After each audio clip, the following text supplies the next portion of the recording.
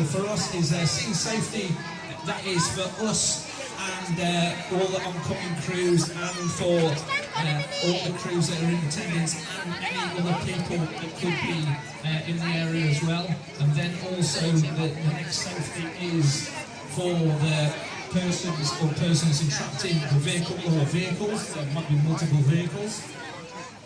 So once we've done that, we need to stabilise the vehicle. We need to assess the casualties within the vehicles as well. So they might have the airway compromised, so it doesn't matter how much our procedures and policies and everything that we put in place, if their airway is compromised and we don't get their airway open, we're on a losing step straight away. Other things just to be mindful of is when you see our fire engines approaching you, if you're stuck in traffic, is try not to turn around. The amount of times that we're going down the road and there's a line of traffic, and then you get people turning around in the middle of the road and blocking the roadway up for us to pass. Another thing is not to stop on like bends, top of hills. If there's a set double white line in the middle of the road, don't stop on those as well. Just if you can keep moving, if you can keep your vehicle moving, it's better for us to follow you at 50 miles an hour than you to anchor up and then we have to stop and then start again with our vehicle, because they weigh about 20 odd tons though, so to get them back moving again, it takes an added few seconds as well. So just a few things to be mindful of if you see us in the rear view mirror, and not to just dive off into the hedge and injure yourselves as well, because we have seen that in the past as well. So Adam and the crew, I believe, are just getting themselves prepped. He's briefing the crew now as we speak, so he's got to be allocating and delegating everything that they need to be doing. As you can see, we've already prepared this vehicle, so like I say, we've got the PAC-X on it, we've got a Casualty in there. As a normal RTC, you wouldn't get anybody with a helmet on. The reason we've done this is just to make sure that they're safe in there as well, so for added protection for the Casualty in there today.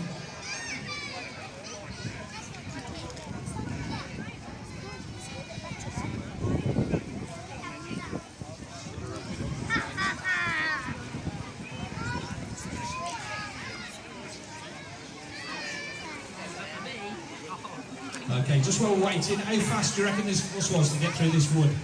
Going quite fast? Yeah. Must have been going very fast to get his head through the wood like that.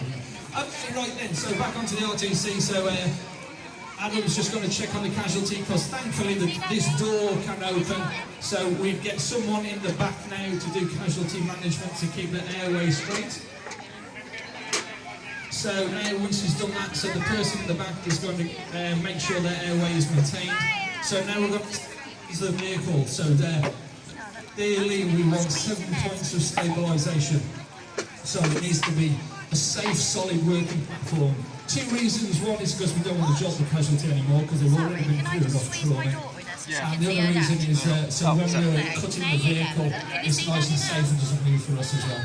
So each time they take a particular part off the vehicle, they'll go and recheck the stabilisation, because the weight of the vehicle is being held down on the springs. So once you take something off, like the door and the boot, it's going to be a little bit lighter, so we might have to adjust the stabilisation.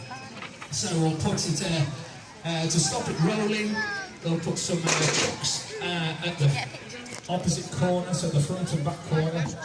We'll put some blocks side. Put one at the rear. The reason we don't put one at the front, well, we might have to put one at the front depending on the vehicle.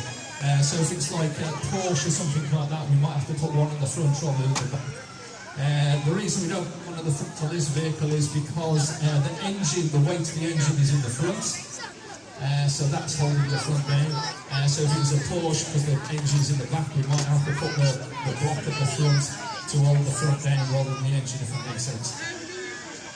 So now they've got some soft protection for the Casualty, so that's just a clear plastic sheet, so we're not trying to cover them up, we're trying to keep, so the clear plastic sheet will be put over the Casualty, placed over the Casualty, so they can still see what's going on, so they're aware of what's going on, the person who's also holding their airway and keeping them safe in the back will be explaining to them what the crew are doing on the outside. You can see that they've put the cover over the steering wheel, so that's the airbag restraint, because sometimes they have like double ignitions of the airbag, so it might go off once and then reignite and go off again. So it's to keep the Casualty safe and also our firefighters safe, because if we've got a firefighter leading their head in as well and the airbag goes off, it's going to give them a nasty shock and also portray them back into the Casualty as well. All the plastics and the airbags have been managed in this vehicle prior to the RTC specification today. So one of the things once we're in the vehicle is you might think it's going to take a long time. You're thinking, come on, get me out of here, get me out of here. But we have to make sure that it is safe for us and the Casualties to do all our procedures. So some vehicles, they've got them the airbags in these days. They might have not all gone off, so we have to make sure that when we do our cuts that we're cut in the right place, so we don't cut through any of the cylinders, especially like on the hatchback cars, on the boots as well. You've got the cylinders that hold the boot up, so if we cut through that, it's going to go off with a massive explosion and bang as well. So same for the airbags. We need to make sure that when we're cutting, we don't cut through any airbag cylinders, we don't cut through where the cables are for the airbags as well, so we'll move those cables away. Seat belts as well, the anchorage points, they are very, very stiff, so we need to make sure that we cut away from the seat belt anchorage points. Need to put the seat belts as well, but also leave the seat belt in situ. So if the police want to do an investigation and we've taken the seat belt off the Casualty and they say, was it Casualty wearing the seat belt or not, or I don't know. So we'll make sure that we leave the seat belt in, but then cut it off the Casualty on the right time of doing so. So all the while the incident commander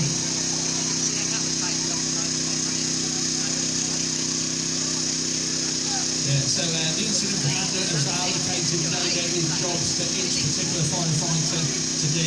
What we're doing this in slow speed for you to see rather than doing it in fast speed, because it'll be overdone with. What we usually do is like simultaneous activity. So we'll get somebody on the spreaders on one side, somebody on the cutters, and we've got like the D-Watt electric saws as well, that we use those as well. So if we did all that, it'd be over and done within like about 5 or 10 minutes. So we've got to do this in slow speed, especially so you can see everything done methodically rather than all at once. So what we're doing now is connecting up the cutters, and then we'll be using the spreaders as well. So we've chopped and blocked the vehicle, so once we put all the chocks and blocks in, we need to make sure it's safe though. We never ever go around to kick them in, because if we go around and kicking them in, that is causing trauma and stress on the Casualty. So you can see the little plastic shield they've got, it's the down foam is holding there, so it's called a teardrop. So that means it puts protection between the tool that's actually cutting it, or the spreaders that are actually there, and the Casualty, to make sure that nothing flies off, to keep them safe. So if it does fly off, it's going to stop them getting injured. As they're cutting, you can see all the crew have got their visors down, so if anything was to fly off, it's not going to get them in their eyes. Adam is keeping well away, so he's got a good overall view of the entire incident. So if he's really up close, he's got like a blinker view, so he won't be able to see everything. So because he's keeping a good distance, he's got a good overall view of the whole of the incident. If he picks up on anything, he'll then walk in and just explain to them what he would like them to do. Maybe alter the plan a little bit, depending on what the ambulance service say, because it's ambulance driven for getting the casualty out as well. So they might say we want the rapid excavation, we want the casualty out now. So then we'll have to go through our plan B. But if they say no, we've got plenty of time, there isn't any rush, we just mechanically trapped, so they just can't get the feet out or into encroach into onto their knees or something. We might have to do like a dashboard lift or a dashboard roll to get some space creation into the vehicle to lift the dash up. For this exercise, what we're doing is we're going to remove both the doors. Because this is a hatchback vehicle, sometimes if there's someone in the back, what we'll have to do is called a third door creation. So where there isn't a door, we'll have to create a door.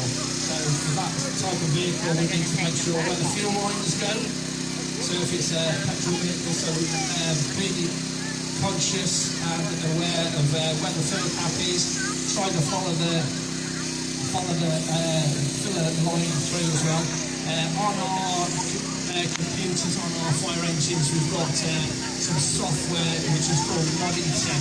So we can put in the make and model of the vehicle, or we can put in the number plate of the vehicle, and it tells us where all the different items are. So it tells us where the batteries are, it tells us where the fuel cells are.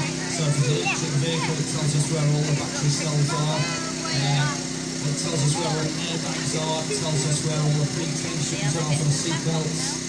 So it's quite a good piece of software, so all we need to do is put in the number plate of the vehicle and we can select all the different layers on that software depending on what's needed. So for here, like as you can see on the boot, so it's got the straps on the boot, so they'll just be popped off like a screwdriver, because if we cut through those straps, that's where we've got a potential of an explosion. So as you can see, they've got the cutters on the back there to remove the boot. We can also use we've got a DeWalt power drill to get those off as well. So sometimes it's quicker to use the DeWalt than it is to use the cutters, but since you've got the cutters already up here and running, and so when we're doing a lot of simultaneous activity, we'll probably use the DeWalt rather than the cutters. It's a little bit less noise as well. So once that is, the boot's taken off, somebody will then go and just check the suspension again, the checking and blocking of the vehicle, because not only have we taken the door off, we'll take the boot off as well, so the vehicle will be a lot lighter. So we need to make sure it is still a safe, solid working platform.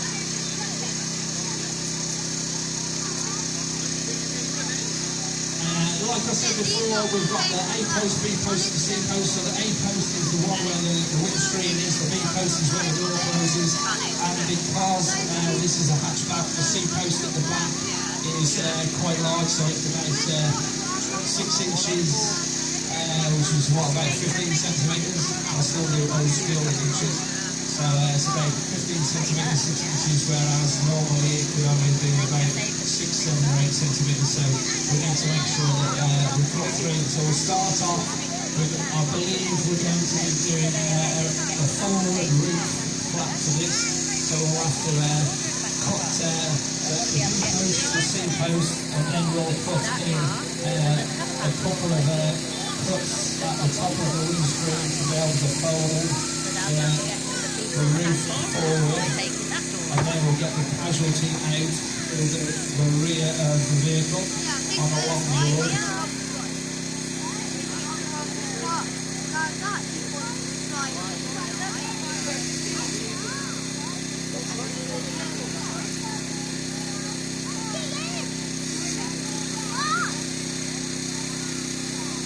Like I said, all the while this is taking place, we've got the person that's maintaining the C-spine alignment in the rear of the vehicle, explaining to the person who's trapped in there what is going on, constantly monitoring their vital signs, reassuring them.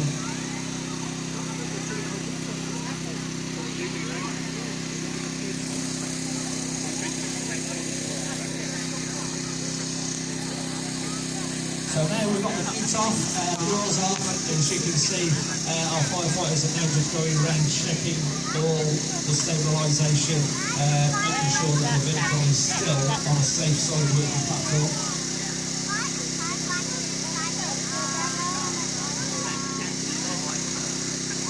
So Adam, who's the incident commander, is now explaining to his crew what he would like them to do, how they need to do it, and constantly we would be liaising with the ambulance service with regards to the casualties' state of consciousness.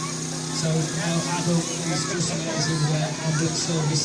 The ambulance service, like I said before, is driven by them on how we will get the casualty out. We just need to let them know what our capabilities are as well. So they might say, can you do this, and this? And I'll say, well, actually, we can do this as well if that would help. And so now on the C post on the near side, so it's the rear post on the near side, what they're trying to do is just crunch that a wee bit so when they cut it, it's a little bit less to cut. So sometimes it's easier to do that, sometimes it's easier just to get the cutters on it and cut it from the left to the right. So if it fails with the spreaders trying to do that, they'll just get the cutters on it and cut through it. But at this moment in time, the cutters are being used on the other side. So perseverance is always one of the good things. So once it's crushed, then when they put the cutters on, it's going to be one cut through rather than a couple of three cuts through.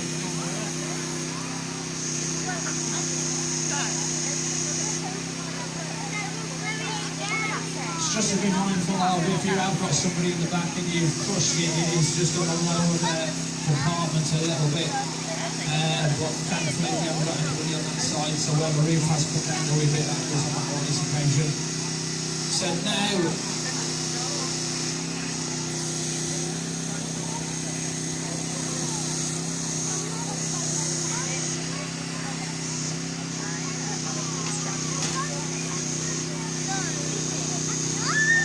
onto the C post on the other side.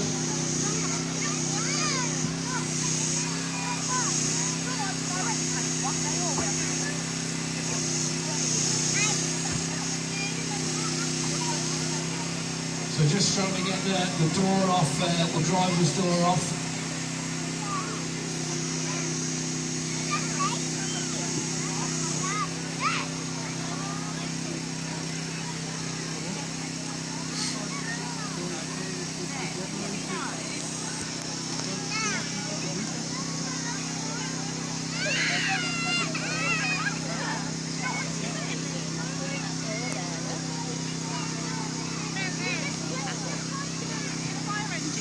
So now what we're going to do is get the front door off and then cut the roof off and fold it forward.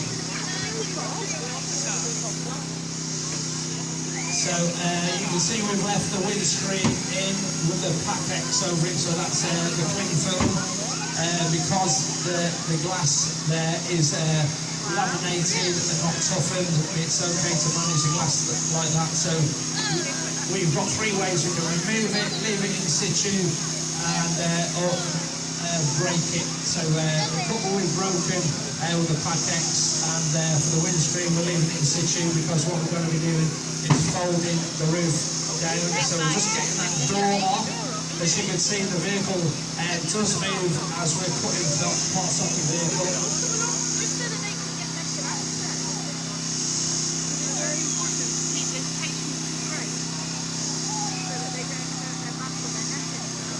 So another thing to be mindful of is the actual weight of the doors and like the boot as well.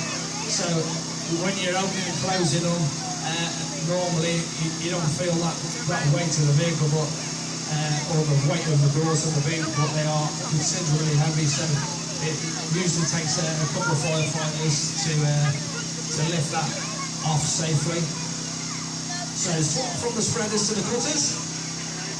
So now we've done that, we're just going to cut the last little bit off. I I assume it's like the retention straps or the cabling.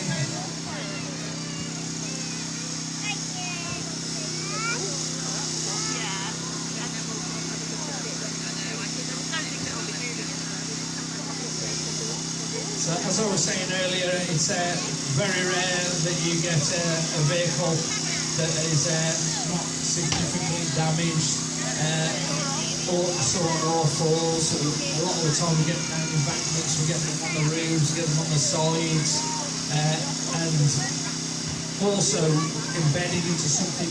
Trees, yeah, trees are the worst thing. They're really, really solid. Even a small tree is quite considerable and can cause a considerable amount of damage to the vehicle. If you've got a couple of vehicles involved or more vehicles involved, especially if you get collisions with heavy goods vehicles, trying to get up to an heavy goods vehicle. So we've got the rescue tender here at Wellington that we can call upon if it's a heavy goods vehicle. So we've got like working platforms that we can use for that. They've got the high-ab on the back as well. They've got extra cutting equipment, larger cutting equipment, rams, larger rams that we have on our frontline appliances. Should we need those in a situation where we can't or we haven't got the capabilities on our frontline appliances at that particular time.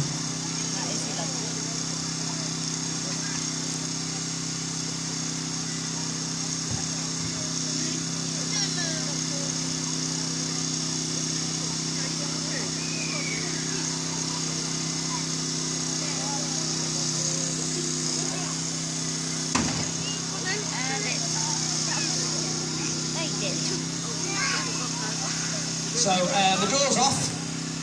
So currently we've got 2 doors off and the boot off.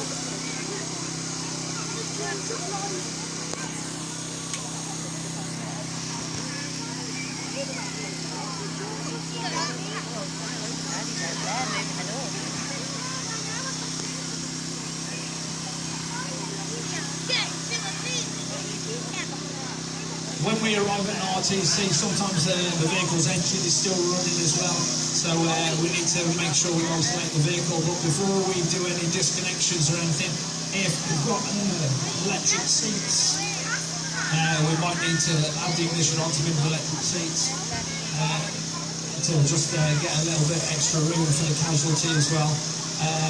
Electric vehicles, with those, obviously, you don't know if the ignition's on, so you have to be really, really careful with electric vehicles to make sure the key for those needs to be taken away from the vehicle at least 5 meters away. So you can see on the near side, should I say on the off side now, we're using the T1 saw to cut through the C-post, but sometimes it works, sometimes it doesn't work, so the blade, depending on how you get it in there, if you just twist it slightly or if it comes across something, it can shear off, so then we have to go into another plan of action on how to get that off. Daddy's going in the car now.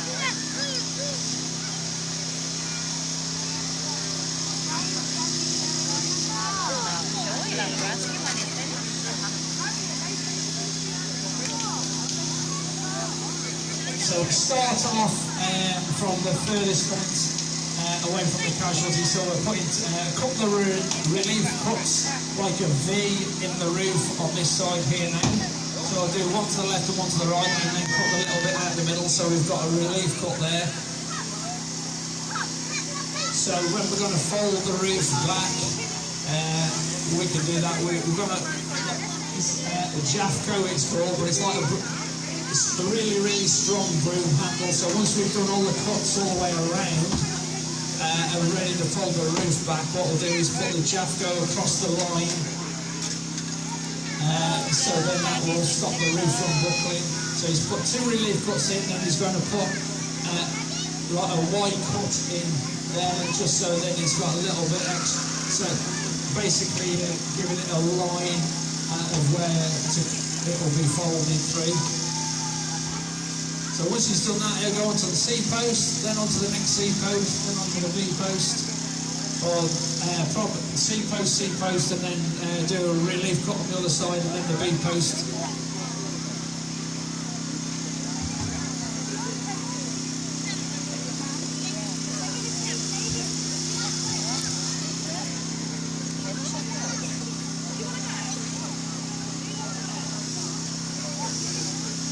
So all the while they're doing the cutting, they've got the hard protection in, the teardrop in on the side, so if anything should fly off, it's going to stop it from going to the casualty or to the casualty care in the back, one of our firefighters.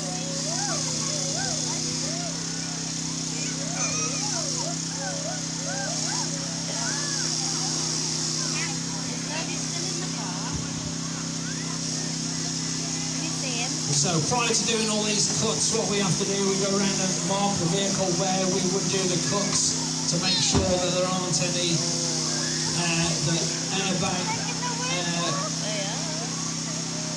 airbags in there, or there's any cylinders in there or anything like that, or any high voltage cables. So we do all the peel and reveal for the plastics, which was done prior to the demonstration here today. So now on to the last, or the next C post, the last C post, cut through that.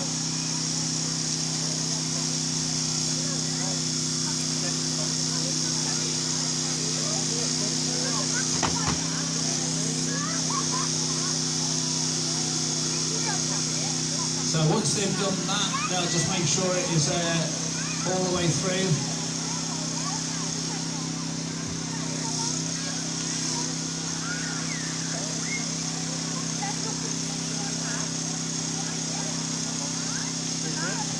So Adam, yet again, is making sure that the crew is doing everything that he has asked them to, maintaining their safety and the safety of the crews and other crews as well, also any bystanders. So he's constantly moving around to make sure everything's okay.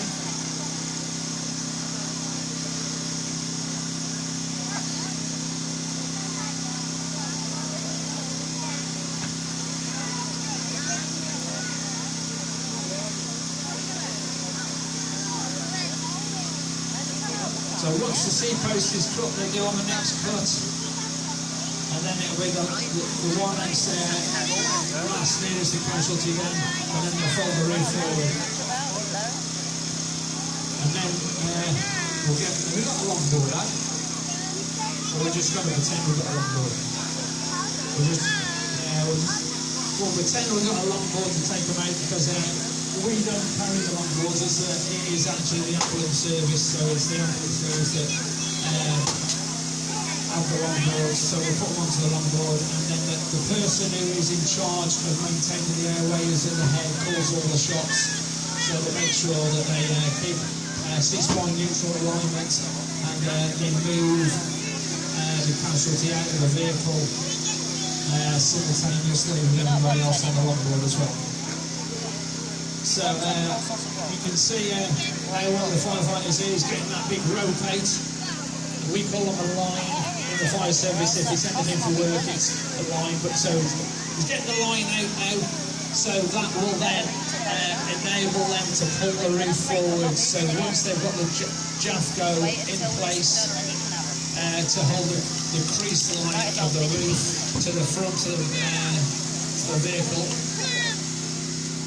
So it's got the yellow pole there is the JAFCO, which will they'll put across the front of the vehicle to get the crease, and then once they'll tie the rear of the roof off to pull it forward to hold it down at the front. So once the roof has been taken off as well, we can either ratchet strap it to the vehicle, to the wheels, to keep it safe, because a lot of the time we attend our TCs, we do get the air ambulance there, the downdraft of their rotor blades could make any objects that we have taken off the vehicle, loose objects around, fly off, so we need to make sure that when they're taking off or when they're landing, that there is nothing that is going to be taken up by the rotor blade. So we want to injure one of us or two to damage the aircraft.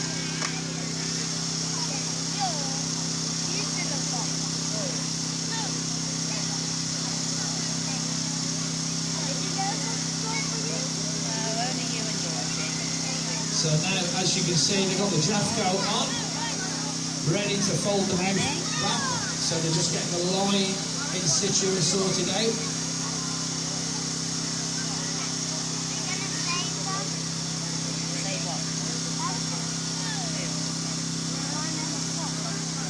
I think Daddy's still in the car. We haven't seen him get out, unless he went out the other way.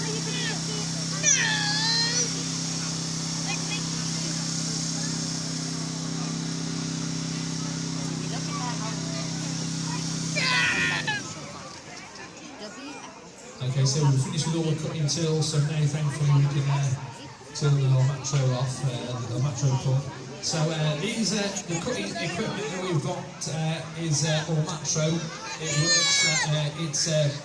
works at 720 bars pressure, so we need to make sure that we don't have any kinks or anything in the pipeline, because if we do, we can get hypodermic pressure within all the valves, and it's not very good. So if we get a leak or a burst or anything like that, so we have to make sure that we keep the minimum of the size of the football. So if we've got any circles in it, so when we wind it up, it has to be like the minimum of the size of the football, so no smaller than that, because we don't want any high pressure leaks. So they've got the line on there, they'll tie the line on, and then they'll pull it over the front of the car.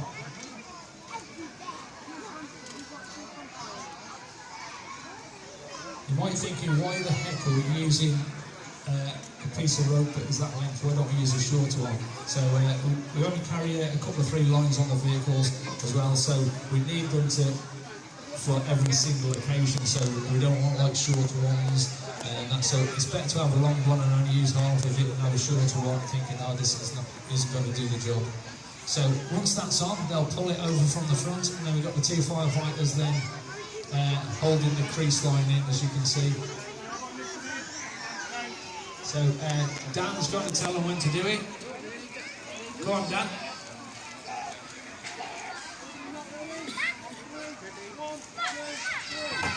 There we go. So then fold it off. Okay. So there we have our convertible, is it a Corsa? Was it a Corsa? Never raced or rallied, one careful owner. Open to offers going at £1,000.